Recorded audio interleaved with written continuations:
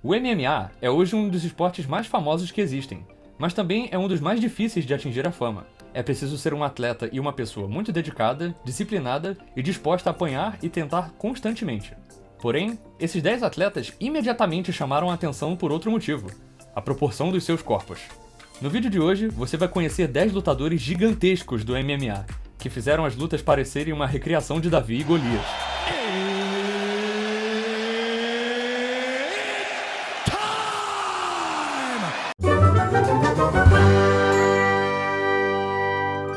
Número 1. Gigante Silva. Imagine você como lutador de MMA. Você entra no ringue com a sua música tocando e está concentrado para sua luta. Até que o seu oponente chega, e você mal consegue ver a cabeça dele, de tão alto que ele é. Esse deveria ser o sentimento de todos que entraram no ringue contra Paulo César Silva, mais conhecido como Gigante Silva. Medindo 2,18 metros de altura, esse lutador começou a sua carreira esportiva como jogador de basquete, chegando até a competir nas Olimpíadas pelo Brasil.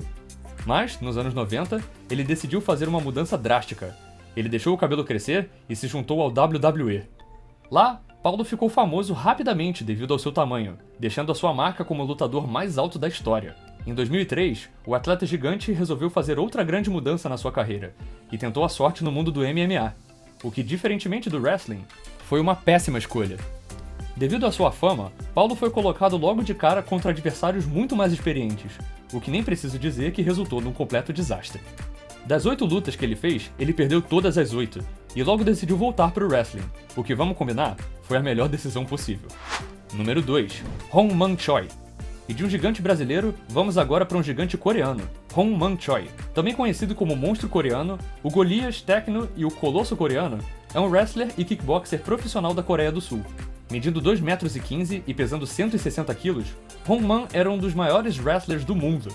A sua estatura imensa é devido a uma doença chamada acromegalia, uma doença crônica que gera uma produção excessiva do hormônio do crescimento. Apesar das dificuldades que a doença poderia causar, Hong Man não deixou de perseguir a sua carreira como lutador. No kickboxing, ele teve uma boa carreira, com 22 lutas e 13 vitórias. Todos os oponentes que lutavam contra o Colosso Coreano ficavam surpresos com a sua durabilidade e com as suas joelhadas, que facilmente chegavam na cabeça do oponente. Em 2006, Hong Man tentou migrar para o MMA, mas não teve muito sucesso. Com um cartel de 9 lutas, ele obteve apenas 4 vitórias. Além de lutador, o Golias Tecno também foi cantor, no grupo A Bela e a Fera com a modelo Kang Soo-hee, e ator, estrelando em 2009 no filme Goemon. Imaginem a surpresa dos adversários desses dois gigantes quando eles entrarem no ringue. Se você não quer ser surpreendido que nem eles, não se esqueça de se inscrever e ativar o sininho para você ficar por dentro de todas as curiosidades daqui do canal. Número 3. Alan Karev. Além da sua altura, outra coisa determinante numa luta é o peso do lutador. E quando se trata de peso, esse próximo lutador garantiu seu lugar aqui na lista desde quando ele nasceu. Alan Karev nasceu na Rússia em 1977, já pesando 6 quilos. 6 meses depois, ele já havia atingido 18 quilos, e quando completou 18 anos, ele já era maior do que a maioria dos wrestlers. Medindo 2,01 metros e pesando 183 quilos, Alan era uma força a ser temida. Entretanto, assim como o Gigante Silva, Alan não iniciou a sua carreira nas artes marciais, mas sim na queda de braço. Ele garantiu o título mundial de queda de braço 7 vezes, e o título nacional muitas mais. Em 2002, Alan resolveu começar a competir no sumô, garantindo naquele mesmo ano o título amador mundial e o título nacional da Rússia em 2003. Em março de 2005, o atleta tentou iniciar uma carreira no MMA, mas não teve sucesso nenhum. Ele foi derrotado nas suas 2 primeiras lutas, contra Gary Goodbridge e Bob Sapp. E ele teve mais 3 lutas, com 2 vitórias e 1 derrota, até que decidiu retornar ao sumô, onde permaneceu até a sua aposentadoria em 2012. Número 4. Bob Sapp. Como já falamos dele no item anterior, nada mais justo do que seguirmos para ele agora. Robert Malcolm Sapp, conhecido mais como Bob Sapp, é um kickboxer e lutador de MMA americano. Com a altura de 1,96 m e pesando 150 kg, Bob Sapp, também apelidado de A Besta, era um lutador formidável. Sua estreia no MMA ocorreu em Yokohama, no ano de 2002, e a sua performance foi tão impressionante que ele foi convidado para participar das grandes competições japonesas, como o K1 e o Pride FC. Com apenas 4 meses de experiência, Bob chegou a enfrentar o Rodrigo Minotauro Nogueira, um dos melhores e mais famosos lutadores do UFC. Apesar de ter sido derrotado, ele deu muito trabalho para o brasileiro, sendo uma das lutas mais duras de sua carreira.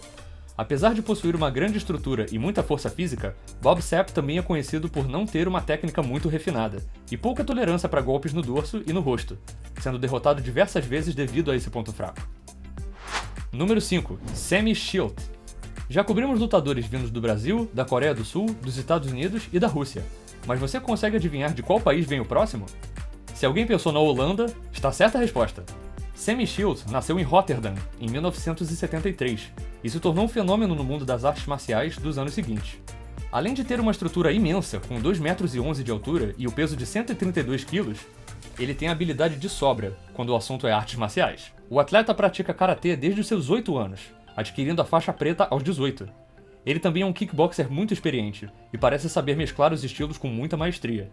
Sammy é o kickboxer mais vitorioso da história, e para muitos, o maior também. Ele conquistou 4 campeonatos de GP mundial do K1, algo que somente um ou outro atleta conseguiu na vida. Entretanto, ele é o único a conquistar 3 seguidos. Além destes 4 títulos, Sammy ganhou o Grand Slam peso pesado do Glory. Ele também possui uma carreira vitoriosa, com 41 lutas e 25 vitórias, e já participou de outras grandes competições de MMA, como o próprio UFC. E como se não fosse o bastante, o lutador ainda fez uma pontinha no cinema, com o filme Transporter 3, onde ele interpreta o cara grande e forte. Número 6. Yoshihiro Takayama. E assim como os outros lutadores dessa lista, Yoshihiro Takayama também possui proporções fora do comum, mesmo para lutadores. Medindo 1,96 m de altura e pesando 130 kg. No início da sua carreira, Yoshihiro auxiliava lutadores mais velhos como seu parceiro de sparring, ou ajudando nas lutas. Sua primeira estreia como atleta aconteceu na modalidade japonesa Bushido, a qual ele não se adaptou muito bem. Ele então resolveu partir para o MMA, com as suas primeiras lutas acontecendo no Pride FC. Apesar de ter perdido todas as lutas, a capacidade de absorver dano de Yoshihiro impressionou muita gente, o que lhe rendeu uma série de fãs. Se no MMA e no Bushido o atleta não conseguiu deslanchar, no wrestling o completo oposto aconteceu. Yoshihiro se tornou uma verdadeira lenda no Japão, conquistando 3 dos títulos mais disputados nos pesos pesados do país: New Japan Pro Wrestling's IWGP Heavyweight Championship, All Stars Triple Crown Heavyweight Championship e Pro Wrestling Noah's GHC Heavyweight Championship.